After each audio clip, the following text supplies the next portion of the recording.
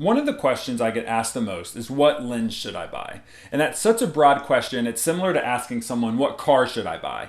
Well, it really depends on what you want to use it for, and if there's anything wrong with the lens you're using, or do you just want something new or to serve a different purpose? Like, what are your goals? So there's two main things when you're looking at lenses. First is the focal length, and what that is, it's how zoomed in the lens is.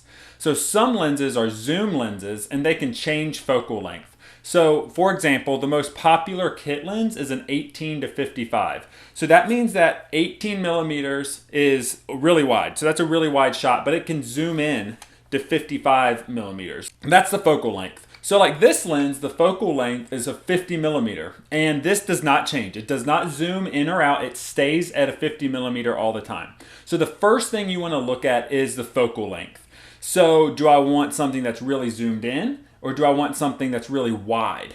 And obviously, if you're shooting sports or concerts or something where you're really far away, you want a longer lens. And what I mean by longer lens is something with a longer focal length. So maybe a 70 to 300. So it's 70 millimeters and it zooms in to 300 millimeters. And you can get crazy lenses. If you want to spend like over $10,000, you can get an 800 millimeter lens. So focal length is the first thing you want to look at, is how zoomed in you want to be. So here's an awesome example of focal length and comparing different focal lengths. So here you have 14 millimeters, 70 millimeters, 200, 600, 1200, and then a 100% crop, which is not changing the lens, it's just zooming in after you take the picture. So at 14 millimeters, we can see we've got my shed, we've got some random stuff, not too much going on. It's really wide. I can see the sky, the grass. It's almost 180 degree view. That lens is so wide. So I put on a 70 to 200 lens. Again, I didn't change where I'm standing in the same spot, but here's the top of the shed that was here. Now that's the top. I can see more mountains, some fields, zooming into this little log cabin. If I zoom into 200 millimeters, more of the cabin, some little specks of cows, some mountains. Take off the 70 to 200 lens, put on a 600 millimeter huge lens. I can see some cows. The log cabin's now gone. I'm zoomed in past it.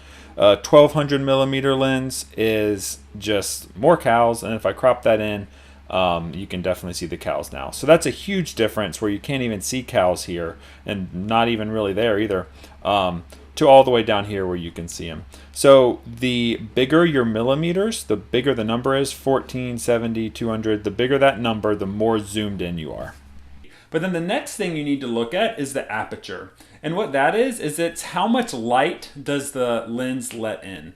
So the bigger your aperture, the bigger the hole is in the lens. So you can actually see that in here, probably not on the camera, but the aperture opens and closes. So the bigger the aperture, the more light is let in. So if you're struggling with taking pictures in dimly lit places, you need a lens with a bigger aperture.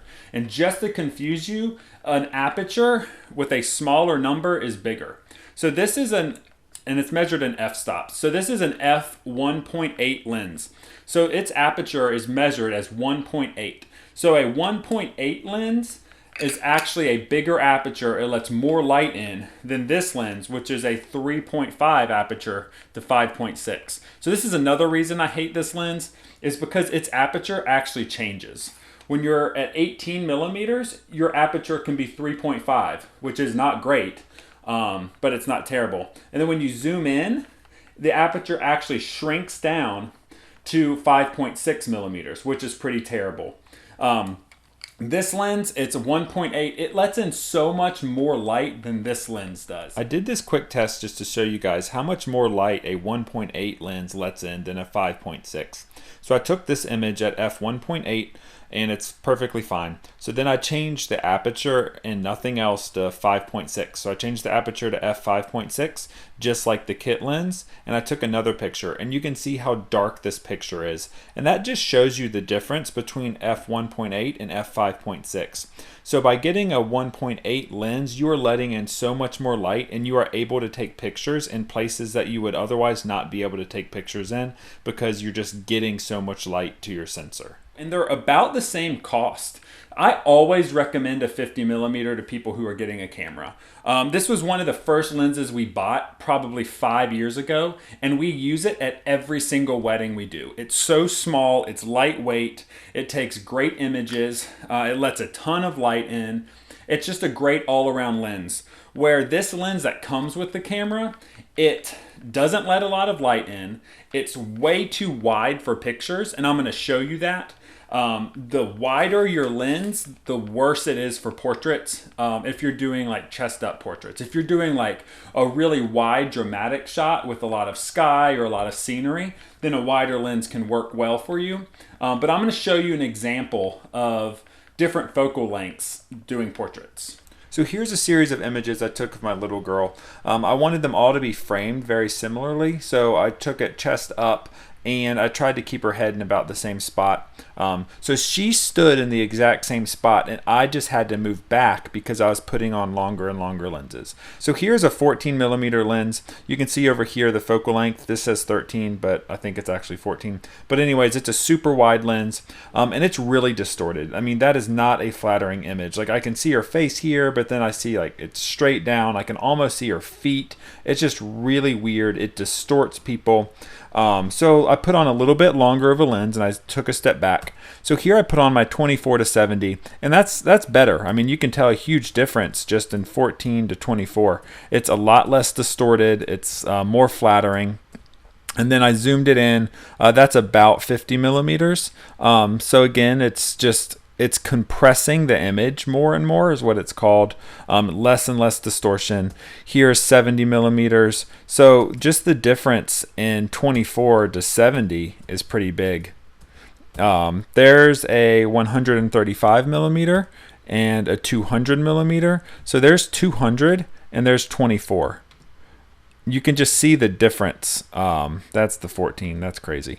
So you can see the difference in her face and just how less distorted it is, and it's just more flattering of an image. So 24, 200. Then I put on a 300 millimeter lens just for fun. So at this point, she's getting bored of standing there.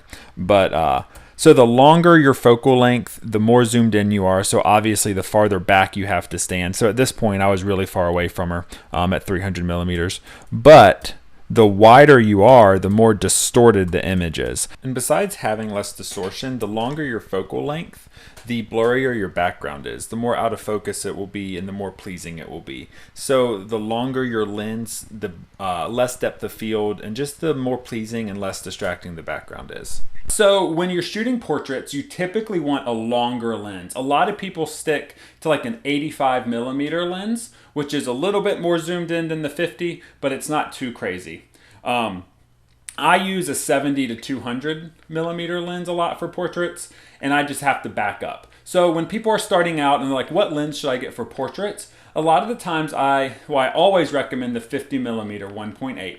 But if you want something longer, so you're a little more zoomed in, so you're standing farther away, you can get an 85 millimeter 1.8, or you can go to like a 70 to 200. So that's a zoom lens. It goes from 70 millimeters to 200 millimeters. If you're looking for a lens to shoot sports and you don't have $2,000 to spend, if you want to shoot your kids' t-ball game or their soccer game, there's a lens, and it's a 70 to 300 millimeter. So that's a zoom lens as well, but it can zoom in from 70 all the way to 300.